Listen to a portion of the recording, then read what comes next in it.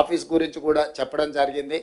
తొందరలోనే జిల్లాలు రకరకాలుగా నచ్చితే నజరానా టైపుల మండలాలు, రెవెన్యూ డివిజన్లు, జిల్లాలు ఆయన చేసిపోయాడు. ఇప్పుడు జిల్లా ఒక నియోజకవర్గం ఉంది, ఒక జిల్లా 14 నియోజకవర్గాలు ఉన్నాయి. రకరకాలుగా ఇర్రేషనల్గా చేసిండు.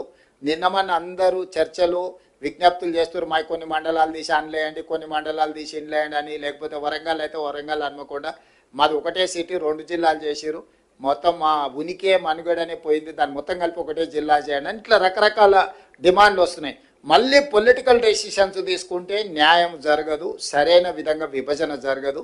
తొందరలోనే ఒక రిటైర్డ్ హైకోర్టు ఆర్ సుప్రీంకోర్టు జడ్జితో పాటు ఆఫీసర్స్, రెవెన్యూ, ఈ ఇతర శాఖలలో పనిచేసిన అధికారులతోని మనం ఒక కమిటీ వేసుకుందాం. నియోజకవర్గాల పునర్విభజన అంటే నియోజకవర్గాల పునర్విభజన ఎట్లయితే గతంలో చేసినప్పుడు ఒక కమిషన్ వేసి ఆ కమిషన్ ద్వారా పబ్లిక్ హియరింగ్ చేసి వివిధ ప్రాంతాల పర్యటన చేసి ఎట్లయితే సమాచారాన్ని సేకరించి చేసిండ్రో, ఈరోజు మండలాలు కానీ, రెవెన్యూ డివిజన్లు కానీ, జిల్లాలు కానీ వీటిని తగ్గించడం అనను, పెంచడం అనను, వీటిని రేషనలైజ్ చేయడం.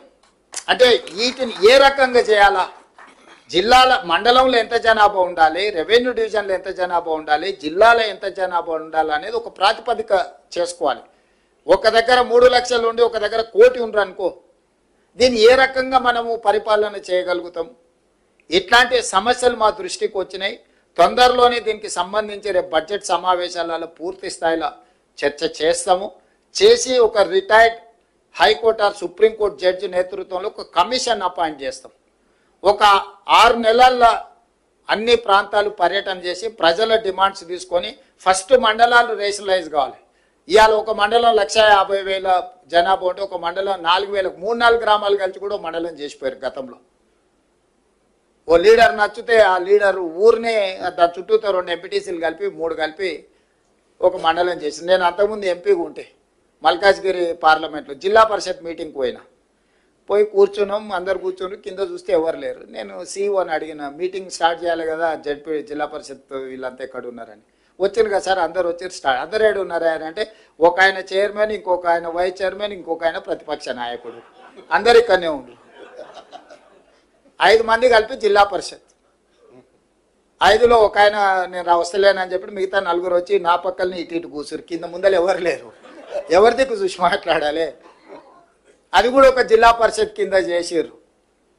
సో ఇట్లాంటి తప్పుల వల్ల పరిపాలన ఒక నమ్మకం లేని పరిస్థితులు వచ్చినాయి. అందుకే ఈ మధ్యలో డిమాండ్ చేసే వాళ్ళందరికీ నేను విజ్ఞప్తి చేస్తున్నా. మిత్రులు కొంతమంది అది అట్లా చేసిర్రు, ఇది ఇట్లా చేసిర్రు. అయ్యా, హైదరాబాద్ పేరు నేను పెట్టింది కాదు, మేడ్చల్ మల్కాజ్గిరి పేరు నేను పెట్టింది కాదు, సైబరాబాదు నేను పెట్టింది కాదు. ఈ 3 పేర్లు కాదు. ఇప్పుడు నిన్న వచ్చిన మున్సిపల్ పోలీస్ కమిషనరేట్లు వచ్చినాయి. రంగారెడ్డి జిల్లా యాస్టీజ్ అంతకుముందే ఉంది, భువనగిరి అంతకుముందే ఉంది, సంగారెడ్డి అంతకుముందే ఉంది. వాటినే పోలీస్ కమిషనరేట్లు, ఏరియాలు, సరిహద్దులు అడ్జస్ట్మెంట్ చేసినాం. క్రైము, డెవలప్మెంటు, వీటన్నిటిని ఒక దృష్టిలో పెట్టుకొని ఉతగానే సికింద్రాబాద్ మీద కక్ష కట్టి సికింద్రాబాద్ను మొత్తం మాయం చేస్తున్నాను. అసలు సికింద్రాబాద్ పేరు ఉన్నదేడా, నేను తీసిందేడా?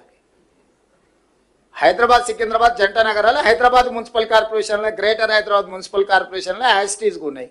హైదరాబాద్ డిస్టిక్లోనే సికింద్రాబాద్ ప్రాంతం కూడా ఉంది. నేనేం దాన్ని ముట్టుకోలేదు కదా. గ్రేటర్ హైదరాబాద్ మున్సిపల్ కార్పొరేషన్ అట్లనే యాస్టీస్గా ఉంది. మేడ్చల్ మల్కాజ్గిరి గతంలోనే జిల్లా పెట్టారు, అదే పేరు అట్లనే ఉంది. సైబరాబాద్ ఎప్పుడో పెట్టింది, అదే అట్లనే ఉంది. అంతకుముందు సైబరాబాద్ కమిషనరేట్ ఉంది. ఒకటి వాళ్ళకి కావాల్సిన రాచకొండ దొరల కోట పేరు పెడితే గదొక్కటి తీసినాయా? గదొక్కటి ఒకవేళ చేస్తే గీస్తే కానీ కోటల పేర్లు మనకెందుకు, రాజుల పేర్లు మనకెందుకు కానీ సామాన్యుల పేర్లు ఉంటే బాగుంటుందని. రాచకొండ అనేది తెలుసు కదా, దేవరకొండ, రాచకొండ, పద్మనాయకుల కోటలు అవి. వారికి నచ్చినట్టు అవి పెట్టినట్టున్నాడు. అది ఇర్రేషనల్గా ఉంది అని చెప్పి భువనగిరి జిల్లా అని చేసినాం. రాచకొండను రంగారెడ్డి జిల్లాను ఫ్యూచర్ సిటీ కమిషనరేట్ చేసినాం. ఎందుకంటే మనం పెద్ద నగరమే కట్టుకోబోతున్నాం. కాబట్టి దయచేసి ఎలాంటి వివాదాలకు, అధికారుల మీద ఒత్తిడి తెచ్చే కార్యక్రమాలు పాల్పడకండి. రేపు పొద్దుగాల మండలాలు, రెవెన్యూ డివిజన్లు, జిల్లాలు పునర్వ్యవస్థీకరించడానికి ఒక జ్యుడిషియల్ కమిషన్ లాగా వేసి అందులో నిపుణులందరినీ పెట్టి అన్ని ప్రాంతాలు పర్యటన చేసి అందరి ప్రజల అభిప్రాయం తీసుకొని మండలాలలో 10% ± జనాభా ఒకే రకంగా ఉండేటట్టు, రెవెన్యూ డివిజన్లలో కూడా సమానమైన మండలాలు ఉండే విధంగా, జిల్లాలలో కూడా పాపులేషన్ 10% ప్లస్ ఆర్ మైనస్ పెట్టుకొని ఒక ట్రాన్స్పరెంట్ గవర్నెన్స్ అందించడానికి ఒక పూర్తి స్థాయిలో కార్యాచరణ తీసుకొని దానికి సంబంధించి కూడా ఎవరికి తెలియకుండా సీక్రెట్గా మనం ఇంట్లో కూర్చొని చేసేది లేదు. పూర్తి స్థాయిలో అసెంబ్లీలో డిబేట్ చేసి అందరు సూచనలు తీసుకున్నాకనే గైడ్ లైన్స్ ప్రిపేర్ చేసి అపాయింట్ చేస్తాము.